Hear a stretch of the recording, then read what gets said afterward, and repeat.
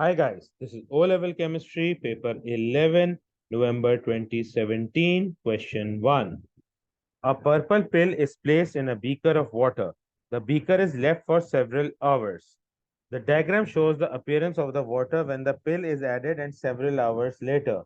So we have a water with a purple pill placed in it and several hours later, pale purple solution. So basically the purple color has diffused into the water. Which statement explains why this change occurs? Diffusion occurs because the pill is colored. No, diffusion will occur even if there is no color present. Diffusion occurs faster at higher temperatures. This is true, but this is not represented by this experimental setup at all.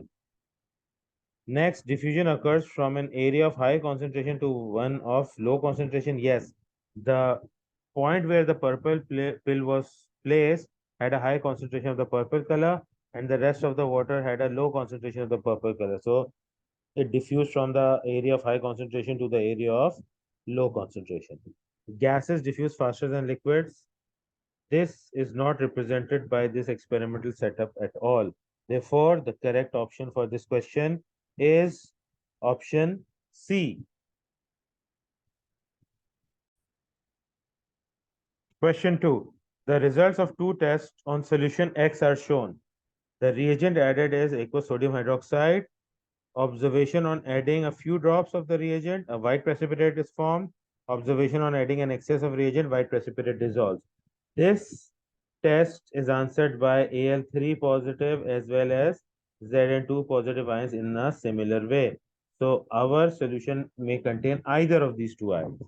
And the next test is aqueous ammonia.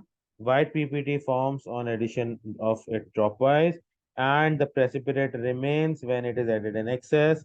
This is the result of the test with Al3 positive ions, because with Zn2 positive ions, on addition of excess ammonia, the precipitate will dissolve as well.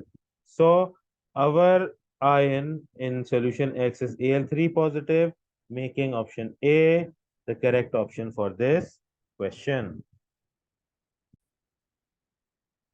Question 3. Which diagram shows the arrangement of particles inside a balloon containing a mixture of gases, nitrogen and oxygen? So nitrogen is N2, oxygen is O2, and the nitrogen atom is represented by a black dot. So a nitrogen molecule will be represented by two black dots together, and an oxygen molecule is represented by a small circle.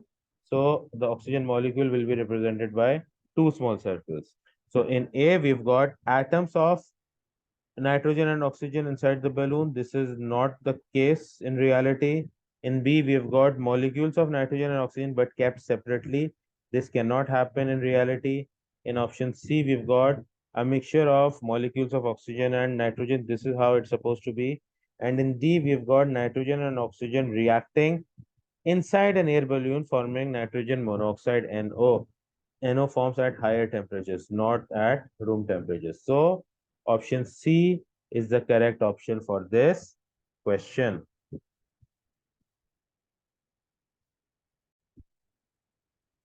Question 4. A student follows the rate of the reaction between marble chips and calcium carbonate and dilute hydrochloric acid. Which diagram shows the apparatus that is suitable for this experiment? So now we need to follow the rate of reaction. In experimental setup 1, we have HCl reacting with marble chips and the gas produced collected over water in a measuring cylinder. So we can measure the rate of collection of gas. So this experimental setup is useful. In 2, we've got a conical flask in which the reaction is taking place, kept over a weighing balance. When the reaction will occur, CO2 gas will be lost and the mass would decrease. We can measure the rate of change of mass when CO2 is lost. So this experimental setup is also useful. In 3, we've got hydrochloric acid being poured from a burette in a conical flask with marble chips.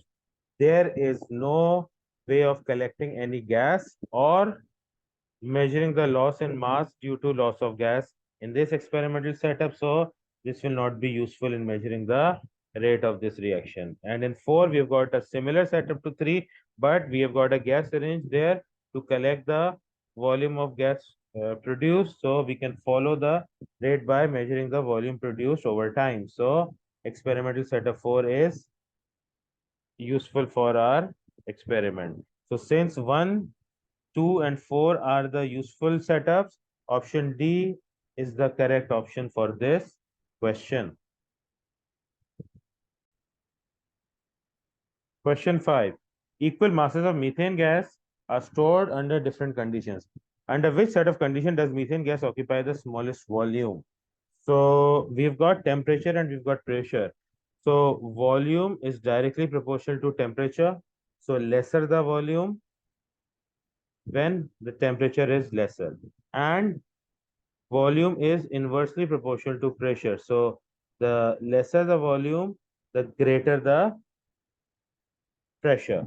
So we need to find the lowest temperature. So we've got options A and B with 0 degrees Celsius, C and D with 30 degrees Celsius. So options C and D have been eliminated.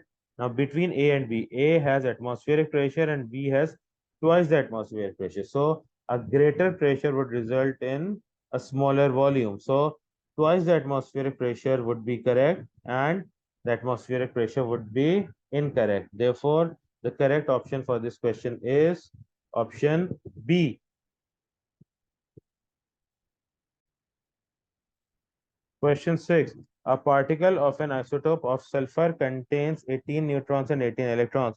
What is the symbol for this particle? Okay, so neutrons and electrons.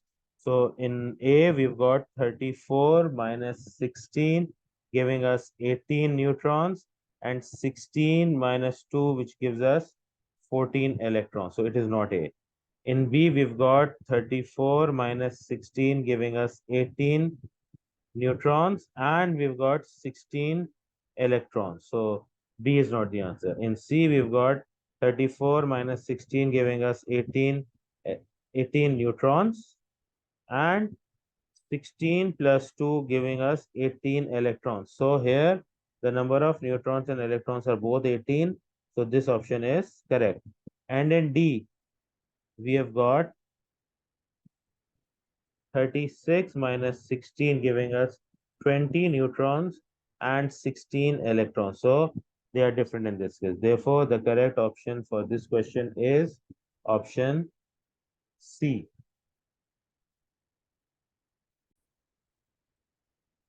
Question 7.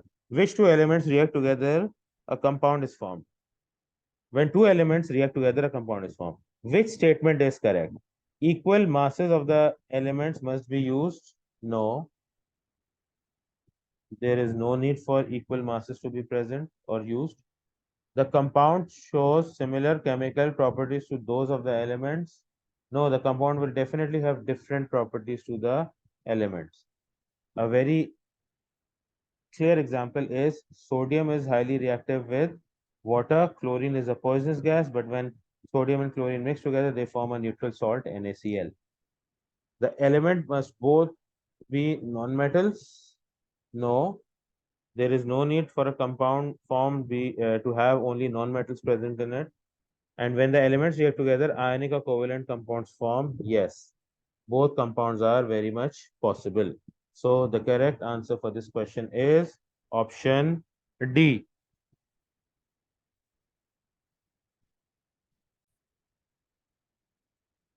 Question 8. Which statement is correct for all ionic compounds? They dissolve in water? No. Al2O3 is an ionic compound and it does not dissolve in water. They are formed when metals share electrons with non-metals. Sharing of electrons is the property of covalent bonds, not ionic bonds.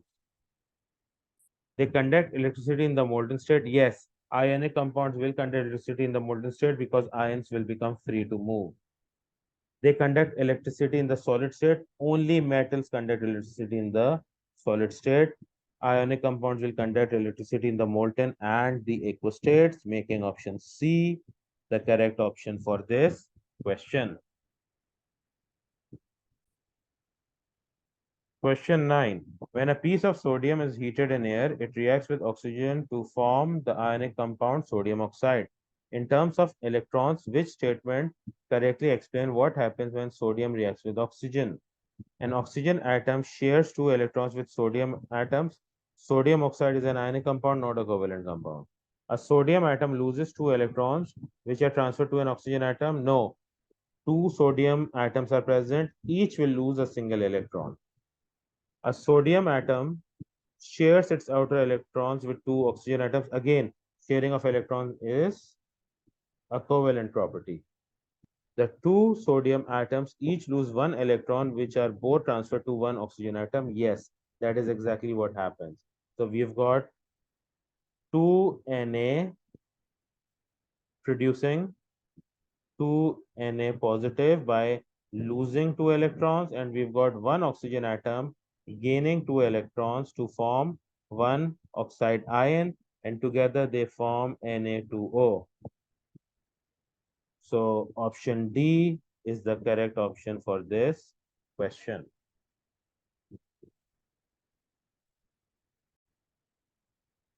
Question 10. The relative atomic mass of chlorine is 35.5. What is the mass of 2 moles of chlorine gas? So 1 mole of chlorine gas has a mass of 35.5 into 2, giving us 71 grams. And we need the mass of 2 moles of chlorine gas, which would be 71 into 2, giving us a total of 142 grams. This makes option D the correct option for this question.